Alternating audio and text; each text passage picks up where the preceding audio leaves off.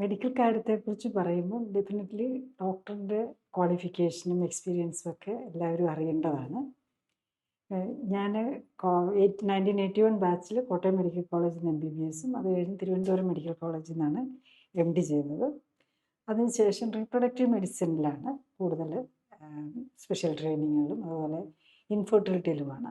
ഇപ്പം ഈ ക്യാൻസറുമായിട്ട് ഉള്ള ട്രീറ്റ്മെൻറ്റിൽ എന്തൊക്കെയാണ് സ്പെഷ്യലൈസേഷൻ എന്നും കൂടെ നമ്മളൊന്ന് മനസ്സിലാക്കണം. നമ്മൾ ക്യാൻസറിനെ കുറിച്ച് സംസാരിക്കുമ്പോൾ ക്യാൻസറിൽ ട്രീറ്റ്മെൻ്റ് എന്ന് പറഞ്ഞു കഴിഞ്ഞാൽ വേണ്ടി വരുന്ന ഒന്ന് ലൈഫ് സ്റ്റൈൽ കറക്ഷൻ. അതാണ് പ്രൈമറി ട്രീറ്റ്മെൻറ്റ്, ലൈഫ് സ്റ്റൈൽ കറക്ഷനാണ്. കാരണം ഇതൊരു ലൈഫ് സ്റ്റൈൽ ഡിസീസാണ്. ലൈഫ് സ്റ്റൈലിൻ്റെ തെറ്റുകൊണ്ടാണ് ക്യാൻസർ വരുന്നത്. അപ്പോൾ അവിടെ ലൈഫ് സ്റ്റൈൽ കറക്ഷൻ ചെയ്യാം.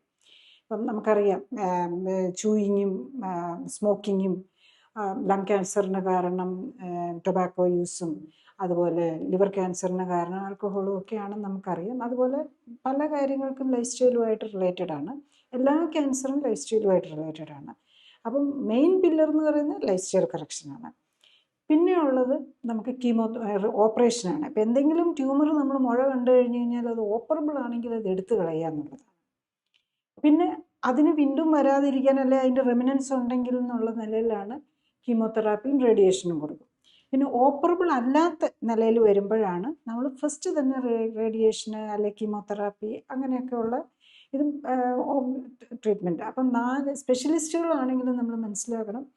ഒന്ന്, ലൈഫ് സ്റ്റൈലിന് വേണ്ടിയിട്ട് ആരും ഒരു സ്പെഷ്യാലിറ്റി ആയിട്ട് ഓങ്കോളജി ലൈഫ് സ്റ്റൈൽ കറക്ഷൻ എന്നും പറഞ്ഞ് ഡെവലപ്പ് ചെയ്തിട്ടില്ല ടിൽ നൗ. പക്ഷേ ഓങ്കോളജി സർജൻ ഉണ്ട്. അപ്പം അതായത് അവരെങ്ങനെയാണെന്ന് ചോദിച്ചാൽ MBBS കഴിഞ്ഞിട്ട് MS കഴിഞ്ഞിട്ട് MCH ഓങ്കോളജി ചെയ്യുന്നവരാണ്, ഓങ്കോളജി സർജറി.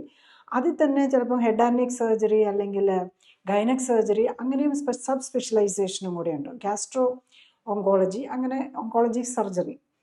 പിന്നെ നെക്സ്റ്റ് ഉള്ളത് മെഡിക്കലാണ്, മെഡിക്കൽ ഫീൽഡ്, കീമോതെറാപ്പിയൊക്കെ കൊടുക്കുന്നത്.